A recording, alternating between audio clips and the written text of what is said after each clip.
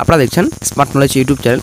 তো বন্ধুরা, আশা করি আপনারা সকলেই জানেন যে গতকাল কিন্তু হাইকোর্টে হিয়ারিং ছিল, যে নতুন মামলা করা হয়েছে সেই নতুন মামলায় কিন্তু গতকালকে হিয়ারিং ছিল। তো এই বন্ধুরা, কিসের জন্য মামলা করা হয়েছিল আশা করি আপনারা সকলেই জানেন।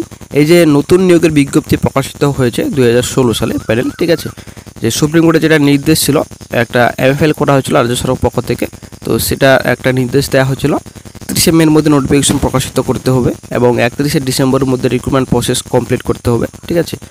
এবং 31 মের মধ্যে যে নোটিফিকেশন প্রকাশিত করা হবে সেই নোটিফিকেশনের অবশ্যই হলফনামা দিয়ে জানাতে হবে যে নোটিফিকেশন প্রকাশিত হলো।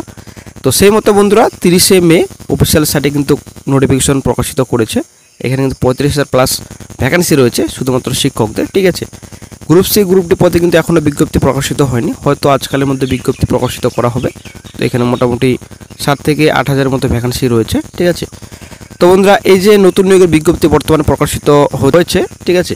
তো বিজ্ঞপ্তি বর্তমানে অবৈধ কিন্তু অনেকেই বলছেন, তার জন্য কিন্তু হাইকোর্টে মামলা হয়েছে। যে রুলস রয়েছে 2016 সালের, ঠিক আছে, এবং যেটা সুপ্রিম কোর্টের নির্দেশ সেটা কিন্তু মানা হচ্ছে না। 2016 সালে যেটা নিয়ম রয়েছে সেই নিয়ম হিসাবেই পরীক্ষা নিতে হবে, নাহলে কিন্তু নয়, সেটা কিন্তু ক্লিয়ার, ঠিক আছে। যারা কেস করেছেন সেটা কিন্তু বলছেন যে 2016 সালের নিয়ম অনুযায়ী পরীক্ষা নিতে হবে, নইলে কিন্তু কোনো রকম পরীক্ষা আর হবে না। রুলস ভঙ্গ করা হচ্ছে এখানে এক্সপিরিয়েন্সের ভিত্তি নাম্বার দেওয়া হচ্ছে, এখানে এজের ব্যাপার রয়েছে। আদালতে মামলাকারীদের আইনজীবী জানান যে সুপ্রিম কোর্টের নির্দেশ অনুযায়ী 2016 সালের সিলেকশন প্রসেস ওই সালের রুল অনুযায়ী করতে হবে এবং 2016 সালে ক্যান্ডিডেটদের মধ্যে থেকেই তা নির্দেশ রয়েছে, কিন্তু এক্ষেত্রে সে নির্দেশ মানা হয়নি। বয়সের ছাড়ের বিষয়টিও নির্দেশ মেনে হয়নি বলে দাবি মামলাকারীর। আজ এই মামলার শুনানির কথা থাকলেও শুনানি কিন্তু বন্ধুরা শুনানি হয়নি কারণ সময় খুব কম ছিল, ঠিক আছে, সময়ের অভাবে কিন্তু কোনো শুনানি হয়নি। তো সব থেকে একটা গুরুত্বপূর্ণ পয়েন্ট, সময়ের কম না, এখানে কিন্তু বিচারপতির সদিচ্ছা নেই আশা করা যায়, ঠিক আছে। ইচ্ছা যদি থাকতো গতকালকে অবশ্যই কিন্তু হিয়ারিং হতো। তো এই মামলাটি দিয়ে কতটা গুরুত্বপূর্ণ আমরা আশা করি সকলেই জানি।